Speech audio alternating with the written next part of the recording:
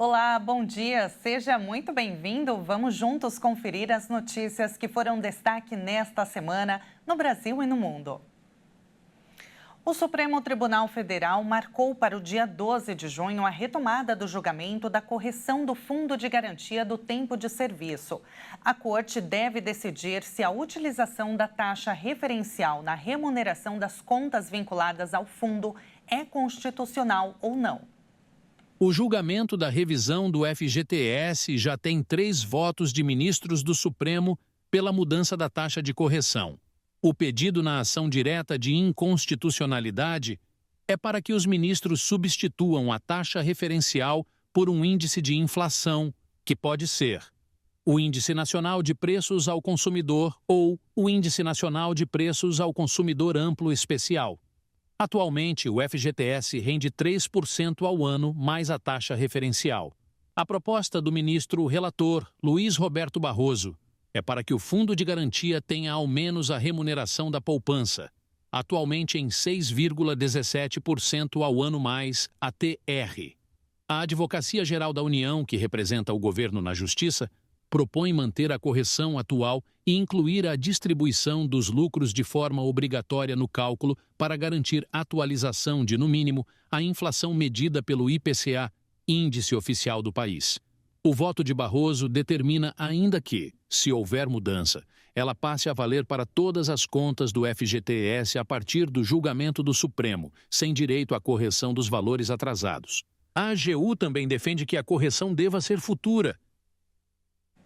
O uso do Pix responde por quase 40% de todas as transações financeiras realizadas no ano passado. A informação foi divulgada por meio das estatísticas de pagamentos de varejo e de cartões no Brasil.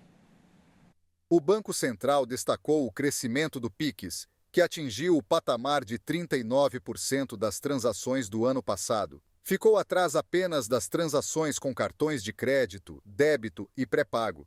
Esses cartões ainda tiveram participação de 41%. Já as transações de boleto tiveram participação reduzida de 7% para 5%, em comparação com 2022. Segundo o Banco Central, o crescimento da quantidade total de transações, observado no ano passado, se deu principalmente pelo uso intenso do Pix, que já registrou um crescimento de 75%.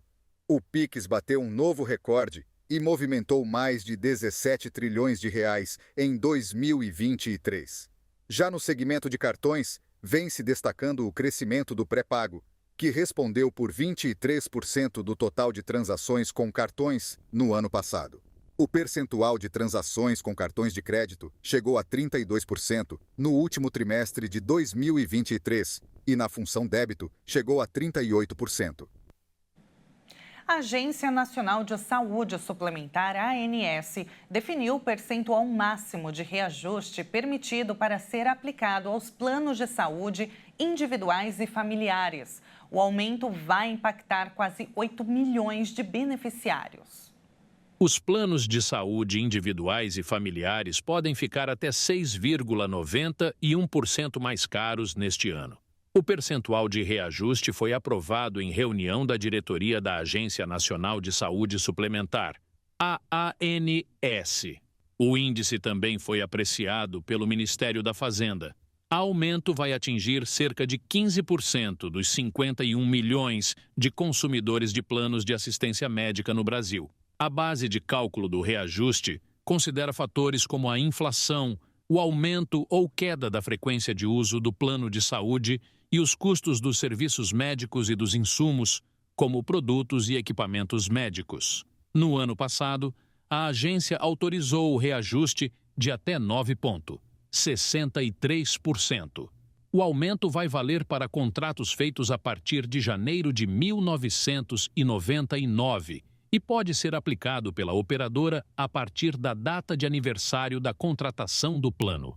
O percentual vai ser válido entre maio de 2024 a abril de 2025. Ainda segundo a ANS, para os planos coletivos com 30 beneficiários ou mais, o reajuste é definido em contrato e estabelecido a partir da relação comercial entre a empresa contratante e a operadora, e há espaço para negociação entre as partes. e quase 10% da população possui o transtorno de déficit de atenção com hiperatividade, o TDAH.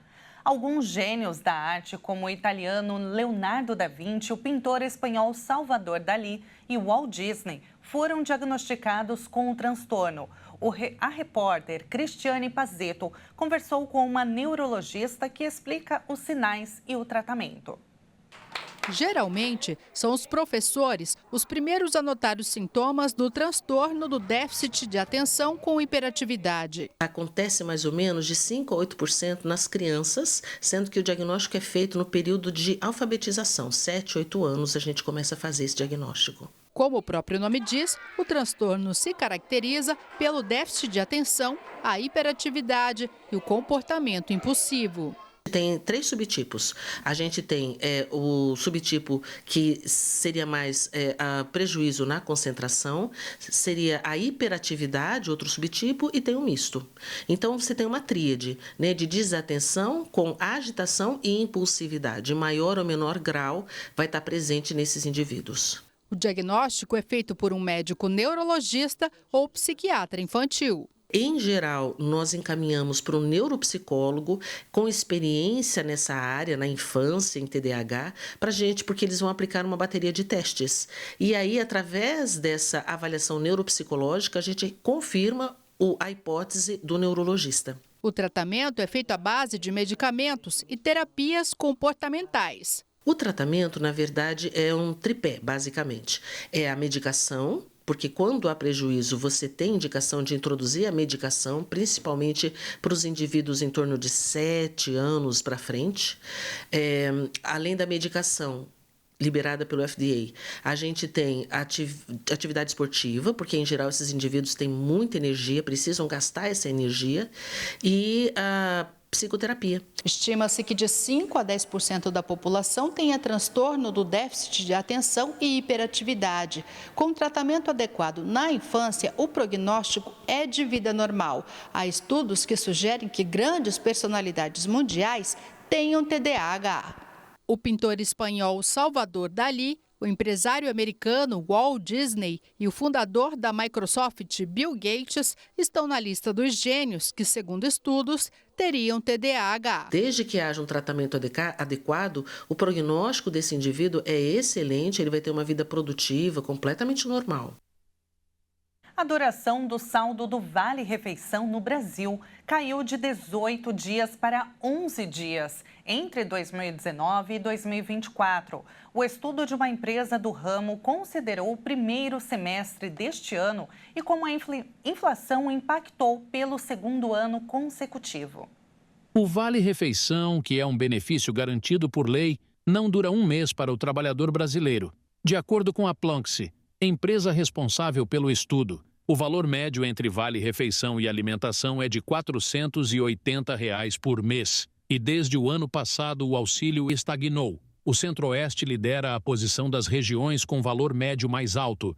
Na sequência, aparece o Sudeste. A análise mostrou que o almoço foi o horário em que houve maior uso do Vale Refeição entre janeiro e março deste ano, comparado aos mesmos meses de 2023. Como forma de economizar, 38% dos usuários percorrem até 3 quilômetros para comer. A pesquisa ainda indicou que o Vale Alimentação é o mais desejado por 46% dos trabalhadores, seguido por Seguro Saúde e Vale Refeição. O Programa Educacional de Resistência às Drogas e Violência faz parte da rotina escolar de Campo Grande, no Mato Grosso do Sul. Os alunos e instrutores fizeram uma mobilização para alertar os riscos do uso do cigarro. Vamos acompanhar. A meninada saiu para a rua para mandar uma mensagem importante. Cigarro, não! É feio, é errado. A ação faz parte do trabalho desenvolvido pela PM através do PROERD, Programa Educacional de Resistência às Drogas e Violência, que existe há 27 anos. O tema do tabagismo ocorre em um momento importante. Afinal, o uso do cigarro eletrônico, apesar de proibido, chegou a subir de 500 mil usuários em 2018 para 2.200.000 em 2022. Esse trabalho do PROERD como prevenção em sala de aula é fundamental a partir do momento em que ele trabalha com as crianças antes de se envolverem com o tabagismo. E a meninada fez a festa no combate ao tabagismo na Avenida Mato Grosso, bem no centro de Campo Grande. E esta aqui é apenas uma etapa do programa, que tem muito ensino e aprendizado em sala de aula. Cada vez mais cedo eles estão tendo contato, seja pela vida social, em comum com a família, como pelos estímulos da internet também. A gente percebe que há, né, esse incentivo. Então, se a gente não conversar sobre isso, não fizer uma campanha, isso passa batido, eles vão, de repente, relativizando e tornando isso muito natural, que é preocupante, né? E a seguir, Brasil lidera o número de casos de dengue no mundo. E ainda, presença de agrotóxicos é detectada em 24 alimentos, incluindo produtos vegetarianos. Todos os detalhes daqui a pouco, não saia daí.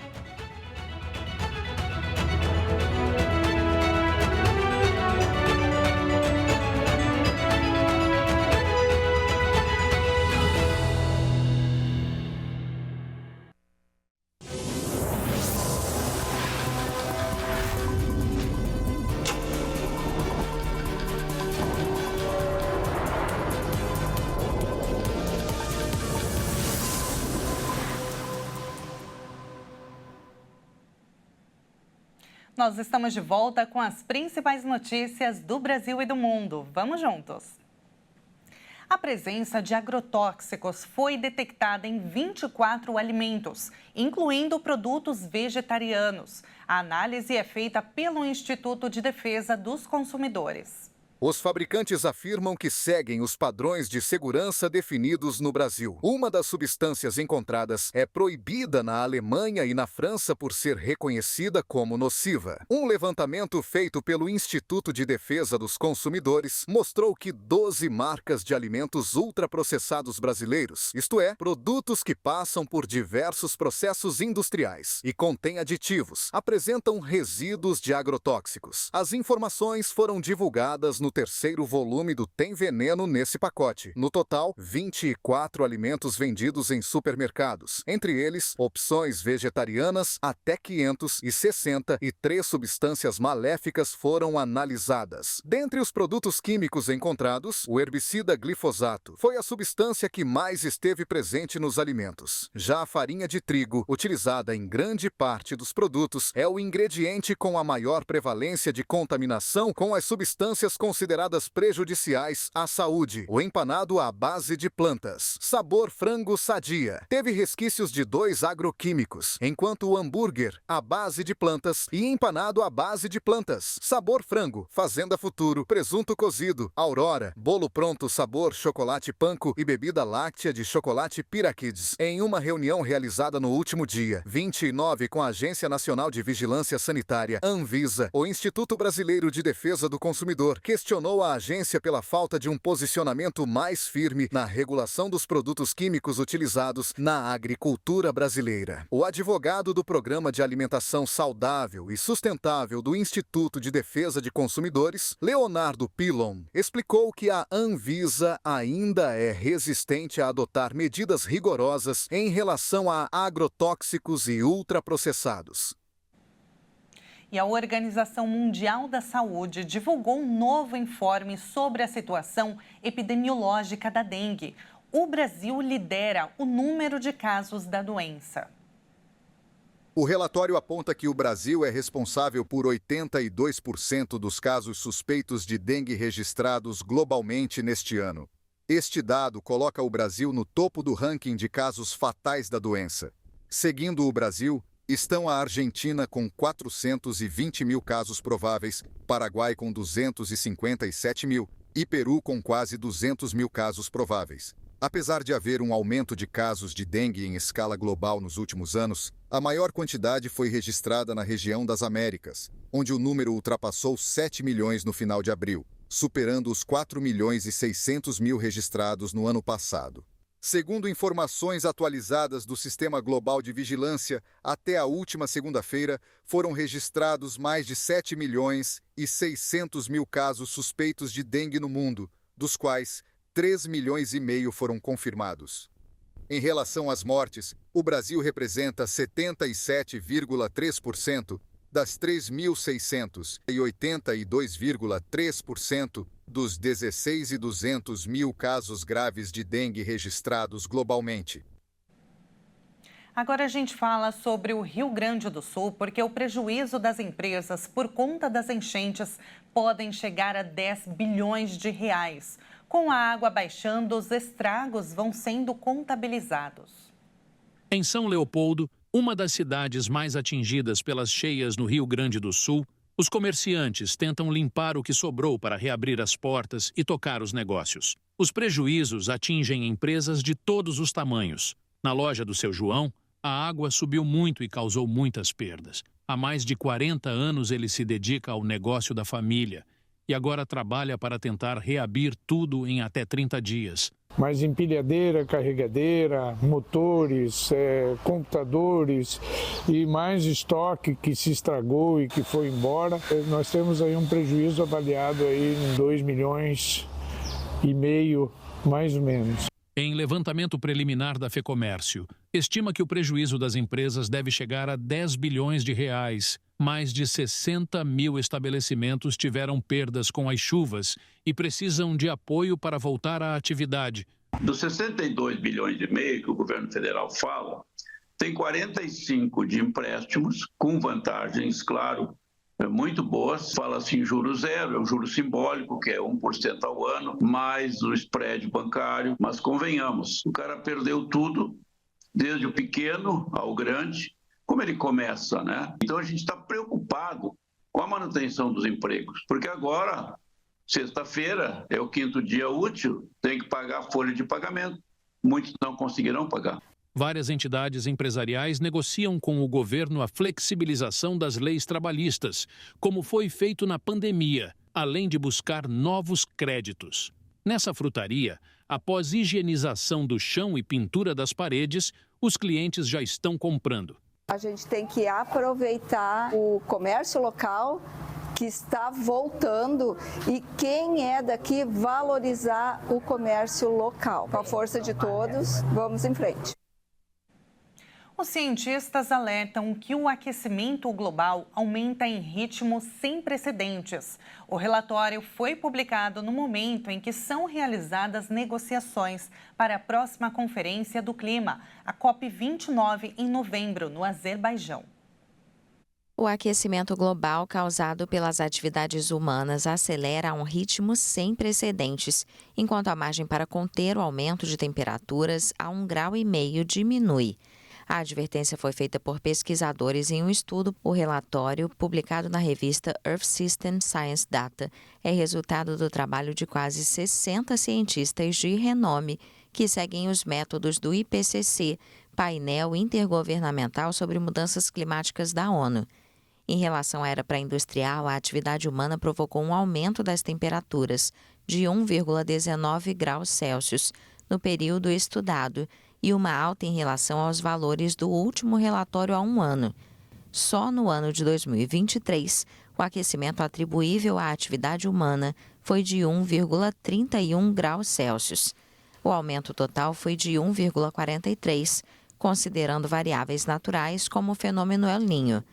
Os autores do relatório pretendem fornecer anualmente dados atualizados que sirvam de base para as negociações das cúpulas climáticas em uma década considerada decisiva para cumprir os objetivos do Acordo de Paris de 2015.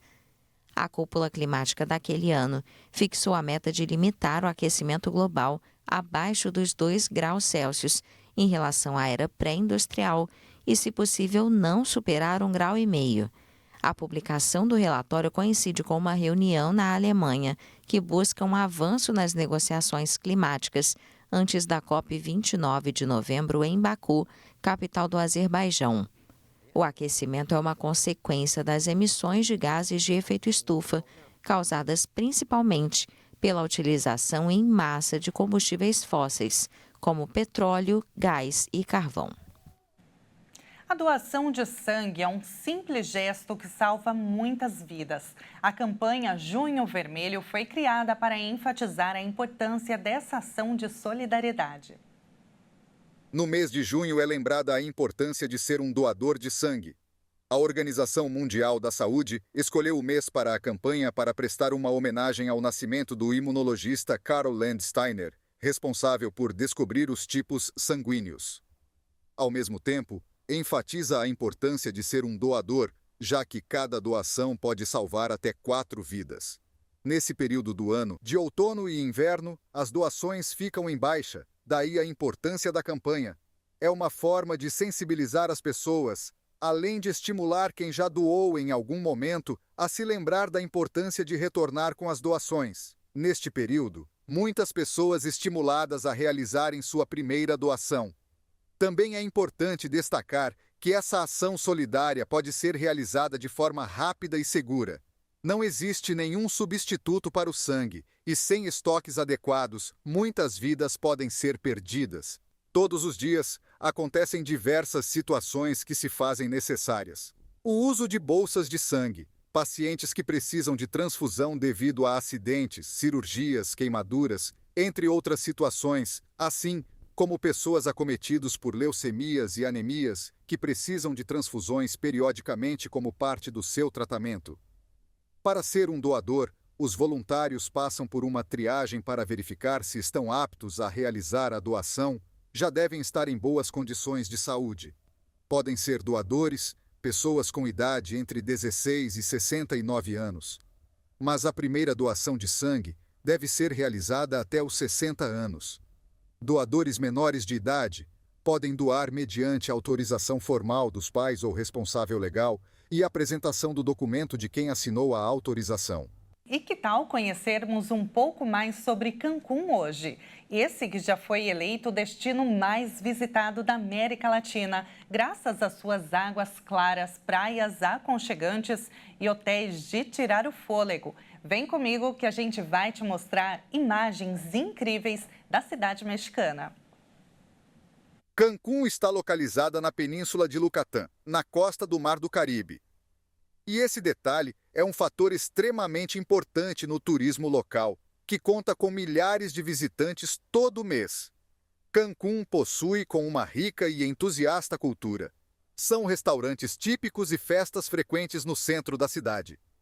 Um dos lugares mais populares é a zona hoteleira, uma grande faixa à beira-mar repleta de hotéis quase que dentro da praia.